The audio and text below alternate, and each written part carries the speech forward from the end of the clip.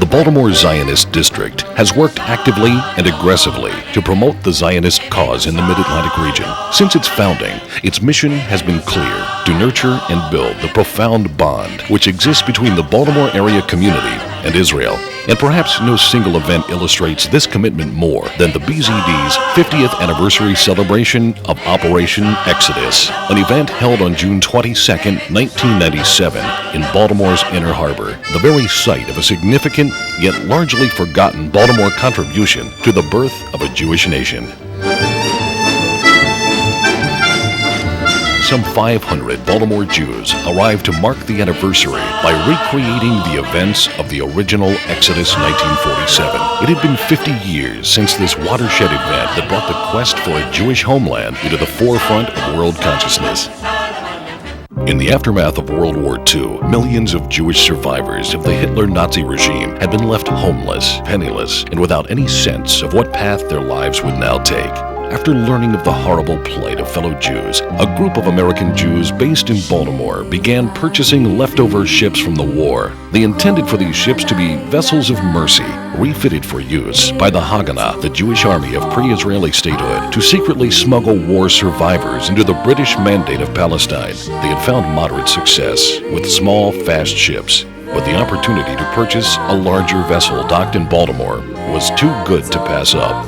The largest of these smuggler ships, the President Warfield, was refitted to hold 4,500 passengers. It was a risky venture, as the British had severely limited post-World War II immigration into Palestine. Chances were that the British would try to stop such a large ship from reaching Palestine shores. But the Americans were undaunted and wanted to bring the Jewish immigration issue into the international spotlight in hopes of forcing its resolution.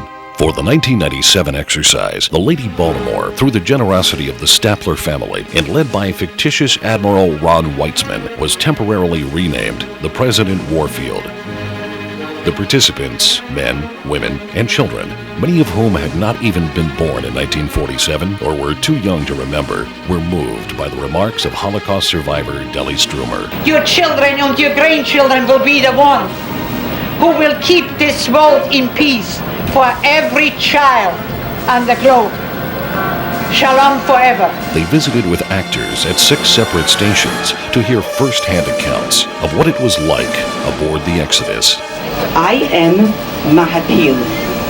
We are all Mahapalim. That means illegal immigrants. In 1947, as the President Warfield headed from St. France to Italy to Israel, it drew the immediate attention of the British Mediterranean Fleet as anticipated.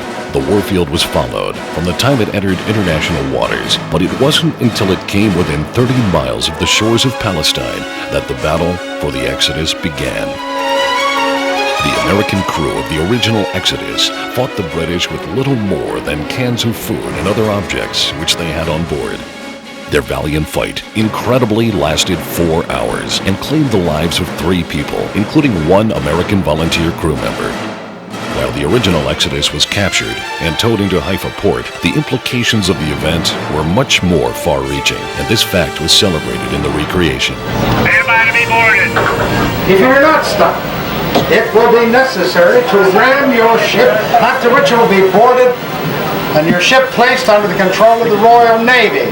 In reality, the survivors aboard the Exodus 1947 were returned to Germany and interred in displaced persons camps. But the international media caught wind of their plight, and a global outpouring of criticism flooded the British government. Within a year, the United Nations would order the partition of Palestine, and the nation of Israel would be born soon after. The Exodus would come to be known as the ship that launched a nation. To commemorate the 50th anniversary, the United States Coast Guard, along with Baltimore Police and fireboats, welcomed the Lady Baltimore in its triumphant return to Baltimore Harbor, the place from which the President Warfield had set sail 50 years earlier. Descendants of the original crew were on hand, including Malka Hershkovitz, a passenger on Exodus 1947.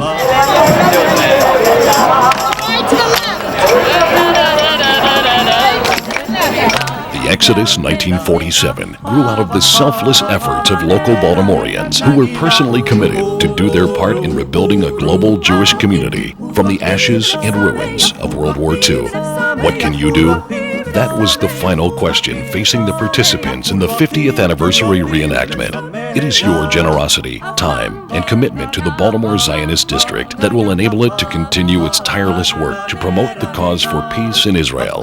The BZD's mission is achieved through a variety of dynamic and creative political, cultural, social, and economic programs and activities, none of which could exist without the constant support of people like this. As the chairman of the 50th anniversary commemoration of the Exodus, the sailing of the Warfield Exodus, I'm really delighted that this was undertaken by the BZD. It was a wonderful, wonderful event. This is just an unbelievable success for our organization, but the real heroes of this event are the participants of the 1947 Exodus.